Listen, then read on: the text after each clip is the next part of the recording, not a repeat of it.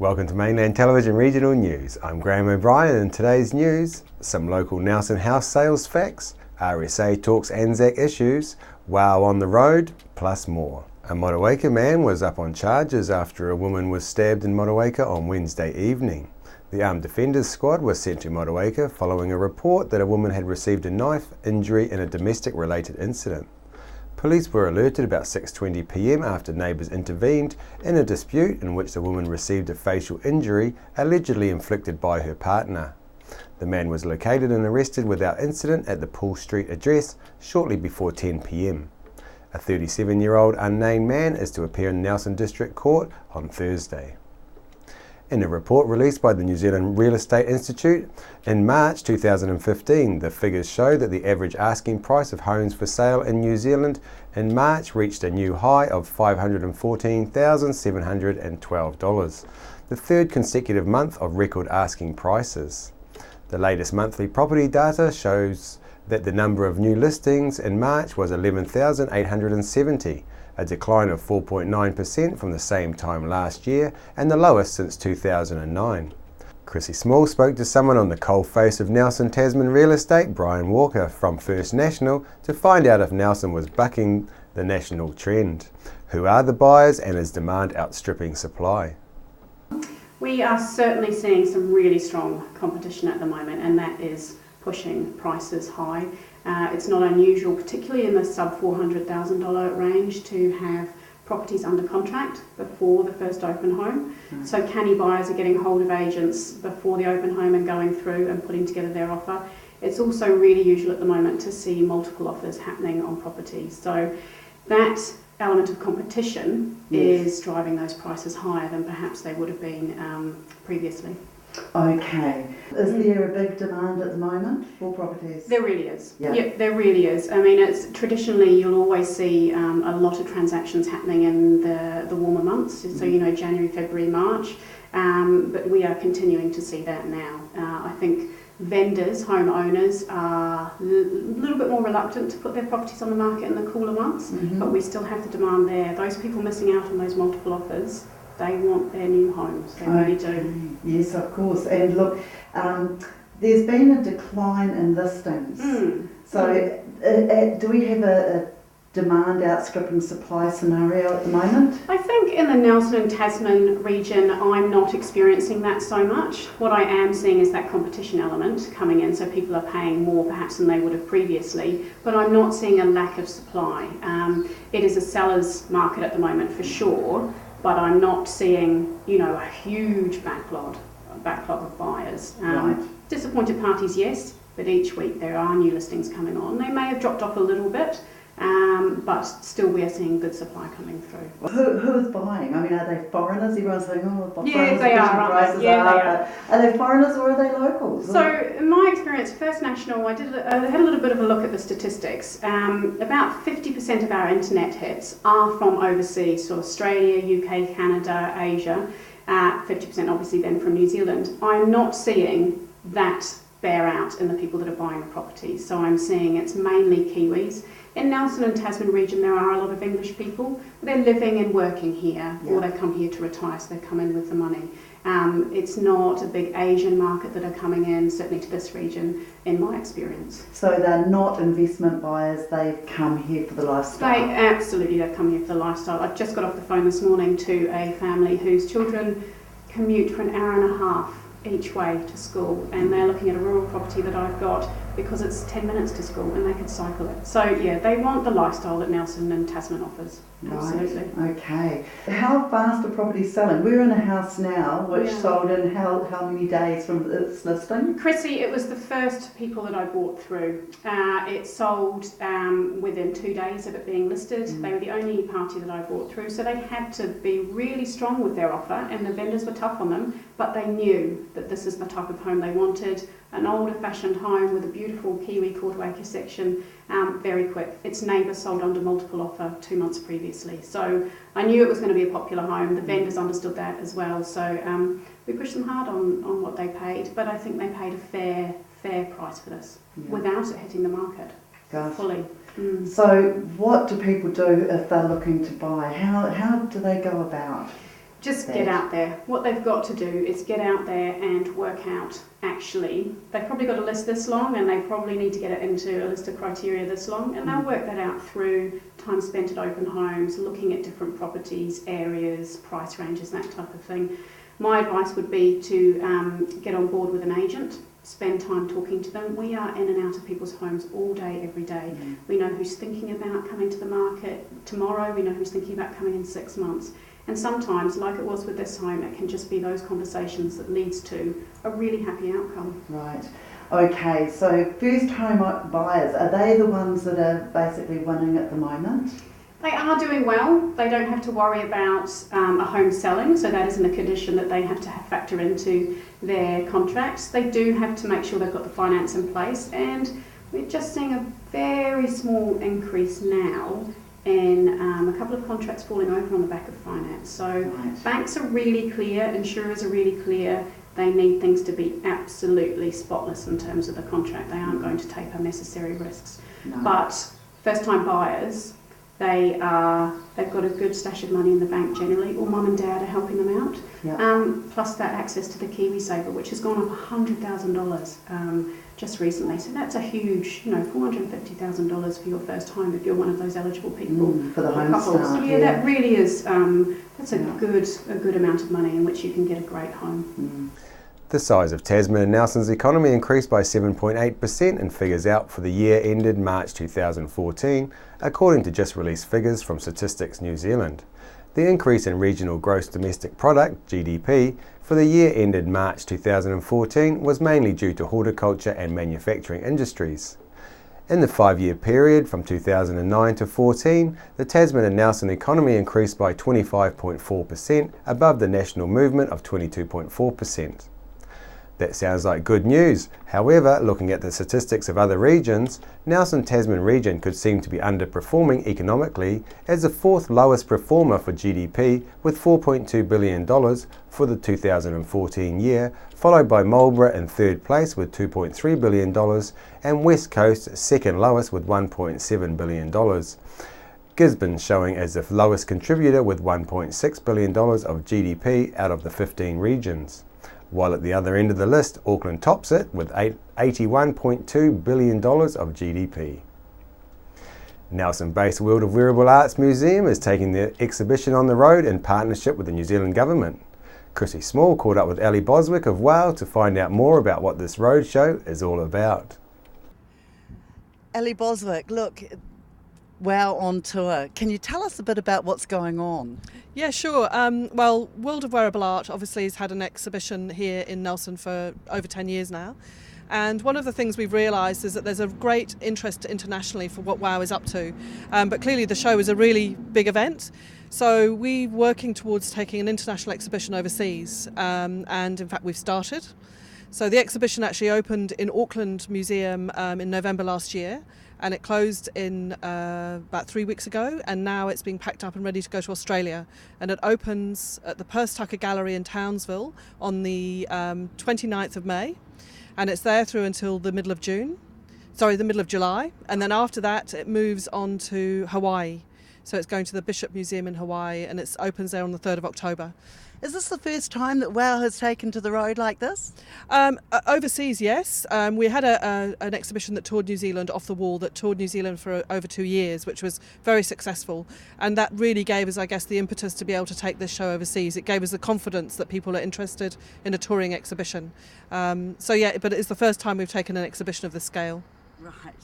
I'm assuming that it's going to cost quite a bit to do this. Will the returns make it worthwhile? Yeah, I mean, I guess, in terms of an exhibition, exhibitions are always expensive. We're really fortunate that we've got a partner with the New Zealand Government. So through major events, they're supporting us to take the exhibition overseas because they see it as a really good marketing opportunity for the show back in Wellington. So, I think things like this really, you just have to go for it and actually take advantage of what opportunities come up. Now, Ellie, obviously, it's such a big project to get on the road. How many people does it take to go with this show? Does it have minders? To a point it does. I mean, we've got a really extensive wardrobe team here, and they've been really involved in putting the exhibition together, along with Dame Susie and Heather Palmer. And then we actually have a wonderful exhibitions company that we've been working with that help us to develop the exhibition. But each museum we go to has a team of people on the ground as well. So although it needs a lot of people, it doesn't necessarily need a lot of people from WOW. We do send people with the exhibition to help set it up and then to help pack it down at the end. Okay, so obviously a lot of manpower. How many people does WOW actually employ just here at the Nelson Centre? Here I think give or take it's about 15, which is full time throughout the year. During the course of the show we ramp up to about 400 cast and crew. So it really is, it sort of fluctuates across the year, but yeah, generally around about 15 people here. This is a beginning and it will go on to bigger and better things and further afield. And that's our hope. I mean, clearly we're really excited to be going into Hawaii. That's a North American market, and we have a lot of designers that come from North America.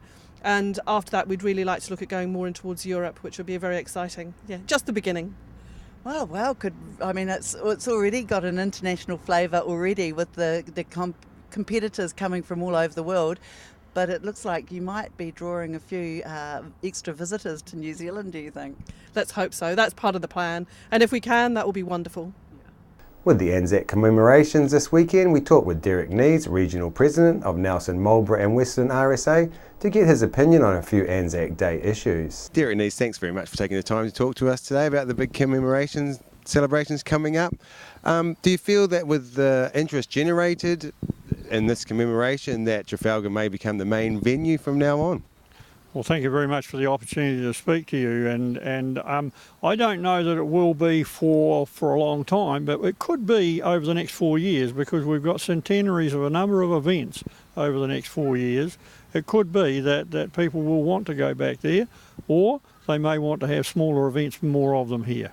Yeah, it is nice here. But for this year there's just not going to be enough room. We're projecting perhaps 4,000 to 5,000 people. We're going to have a field of 590 plus crosses, white crosses, so there's just not enough room for all of that in this little area here. No, and it's good to see that we need a bigger space for more people. The more interest, the more people remember. Would you like to see more done in the school curriculum? Bringing forward the sacrifices that New Zealand has made, especially the armed services. How do you feel about that? I certainly would, but I've got to congratulate the schools that are doing work now, and particularly the older schools who have been going for some years, like for example Nelson College and Nelson College for Girls. Older schools have got quite a comprehensive history of their pupils who have been away and not come back. The college up here has a scriptorium which has got huge amounts of history in there for study.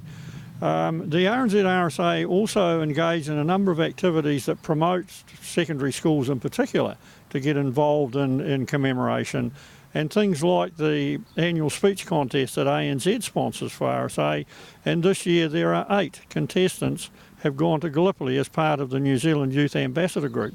So that side kind of thing, essay competitions and things like that are fostering the interest of secondary schools in commemoration. Oh, Derek, that's great to hear that it's been kept alive and well in the living memory, because we have, where it's a worry that once it goes out of living memory, it's all forgotten again. Well, living memory, but we need to continue that memory going, and with people that we've got turning up now and looking back to their fathers, grandfathers and great-grandfathers, I think we're pretty safe for a wee while yet. It's good to hear.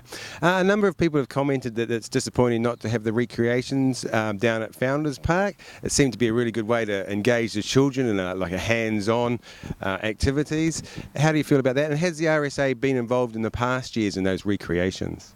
The RSA has been involved to a minimal degree. I haven't actually been to it myself because I've always been busy over that period, but people that have been have told me that it's very great to go along and have a look at it and see the reality, as close as we can get to reality, of course. I think the slack's being taken up to some degree this year by the Nelson Provincial Museum. They've got an absolutely stunning display in a small area, but with a lot of passionate people. They've really put on a display that I think is worthwhile going to see. No, you're certainly right there. It's quite amazing what they've done down there at the museum. Do you feel that with the changing of the flag debate in the public domain at the moment, that's created more patriotism towards the flag and towards these commemorations this year? And how does the RSA feel about that? Well, I'm not too sure whether it's created more patriotism. I think it's just the fact that it is a centenary event of a very important part of New Zealand's history. But in terms of the flag debate, RNZ, RSA and RSA generally are committed to a process. We will fight for the flag that we've fought under for more than 100 years. We will be part of the process. We're disappointed, though, that the government is opting to have a referendum, and we think it's the wrong way around, that they're asking what sort of flag do you want, and then asking, do you want to change the flag? We think that they should ask, do you want to change the flag? And if 50 plus 1% say no, then that's the job done, and we save a second referendum. So we're quite disappointed in that. But we will be part of the process, and the Prime Minister knows that.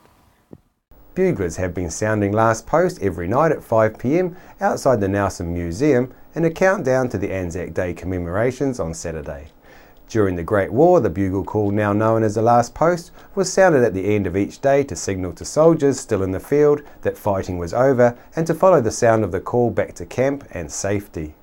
We leave you now with the last post.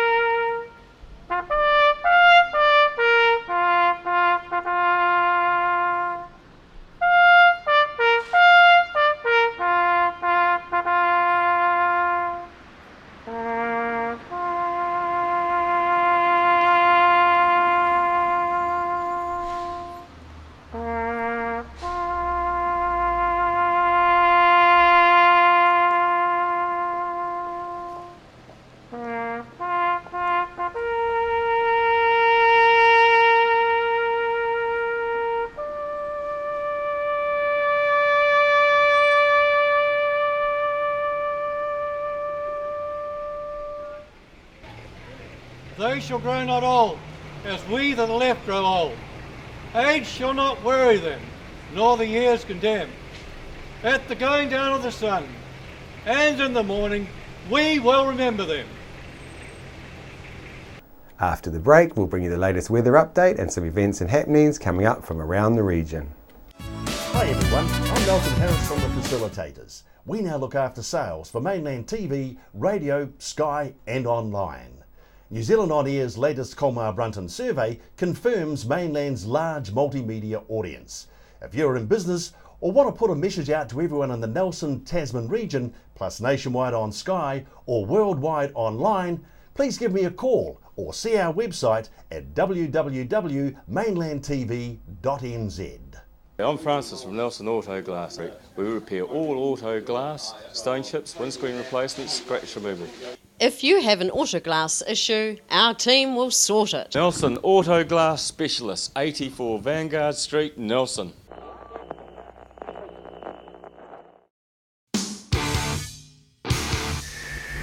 .1 The Shed.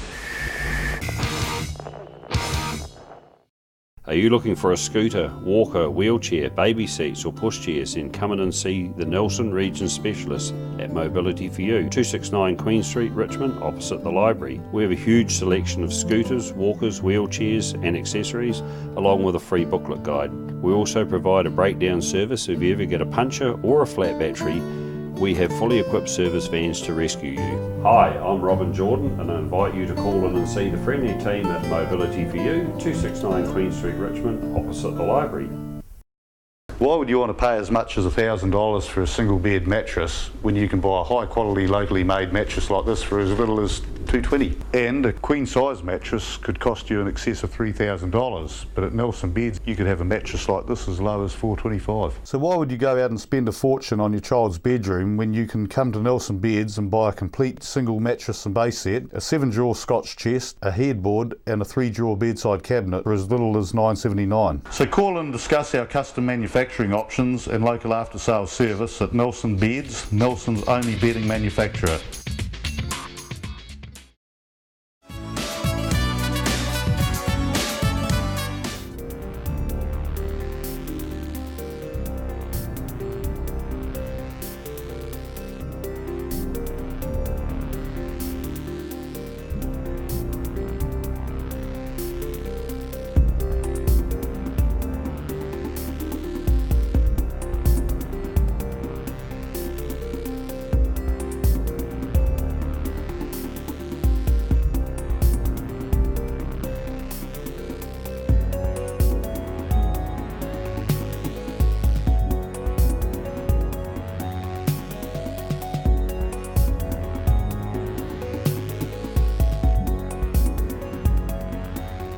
Motueka's World War I commemorations are on from the 21st of April at Motueka Museum and Muses Cafe.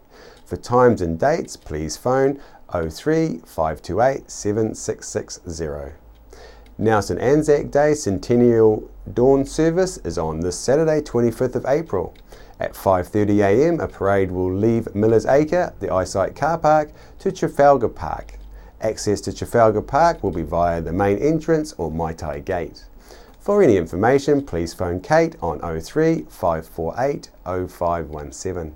Victory 60 Plus is on Tuesdays at 1:30 through to 3:30 p.m. at 238 Upper Vanguard Street. You can join in for cards, games and a cuppa. For more information, you can contact Jan on 546 9057 or 027 4577 955. On behalf of the team here at Mainland Television News, thank you for joining us, and we'll bring you the latest news and events from around the region again tomorrow.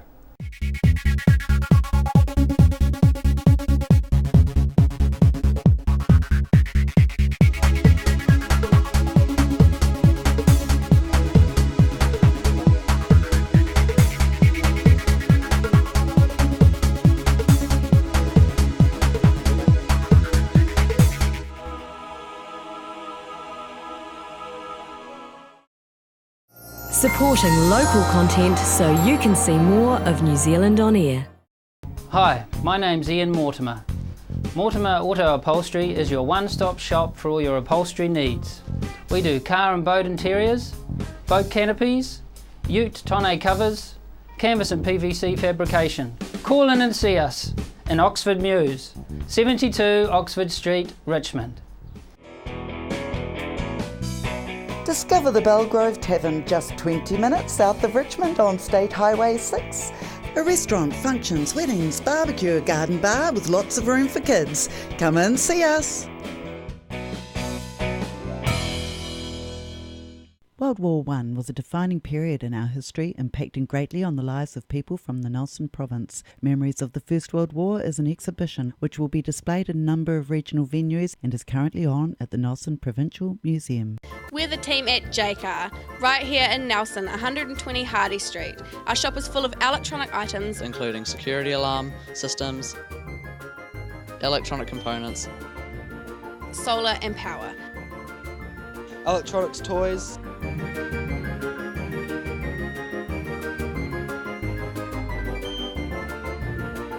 sound systems, cables and much, much more. JCar. 120 Hardy Street, Nelson. Why would you want to pay as much as $1,000 for a single bed mattress when you can buy a high quality locally made mattress like this for as little as $220? And a queen size mattress could cost you in excess of $3,000, but at Nelson Beds you could have a mattress like this as low as $425. So why would you go out and spend a fortune on your child's bedroom when you can come to Nelson Beds and buy a complete single mattress and base set, a 7-drawer Scotch chest, a headboard and a 3-drawer bedside cabinet for as little as $979? So call and discuss our custom manufacturing options and local after sales service at Nelson Beds, Nelson's only bedding manufacturer.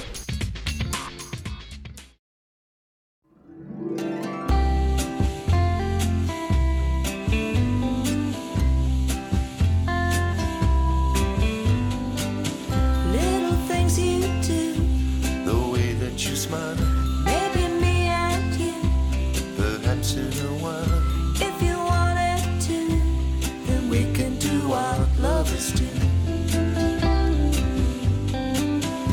Every time you're near, this feeling inside, baby, it's so clear, can't be denied. I just want you here, so we can do what lovers do.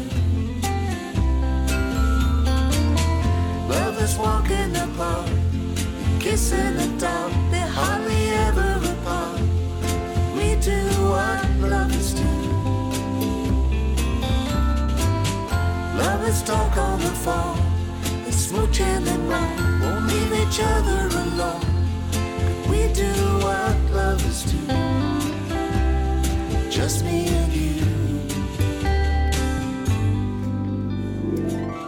Everywhere you turn, my love will be there. Should you feel concerned, my comfort is here. No, I wanna learn, so we can do what lovers do. Means a world to me.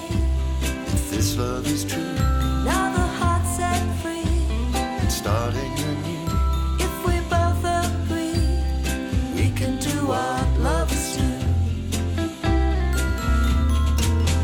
Lovers sharing their lives, no need to disguise the look of love in their eyes. We do what lovers do. Lovers greet the new day in a lover's cafe. Love and live in this way. We do what lovers do, just me and you. Other people say, you know love is blind, and I hope and pray we will both find there will come a day when we can do what lovers do. we can do what lovers do. We can do what lovers do.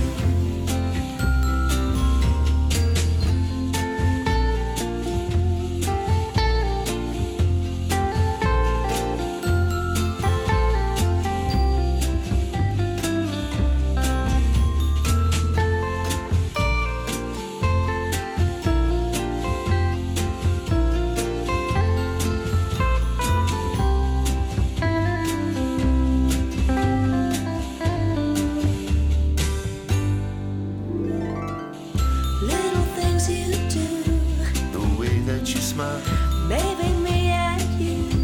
perhaps in a while, If you wanted to, we could do what lovers do. we could do what lovers do. We could do what lovers do.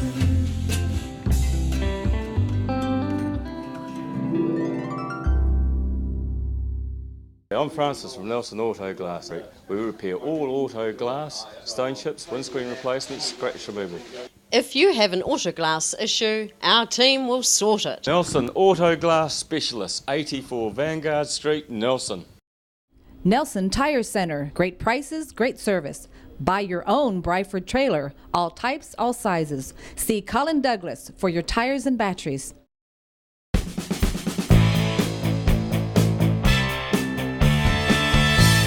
I'm Larry London from VOA Music Mix, bringing you news on the hour from around the world, plus music 24/7, from the latest hits to those classic favorites to jazz on Saturday mornings, plus much, much more. You can contact us by Googling Mainland TV or follow us on Facebook. Cheers from the team at Mainland Radio 1 and VOA Music Mix.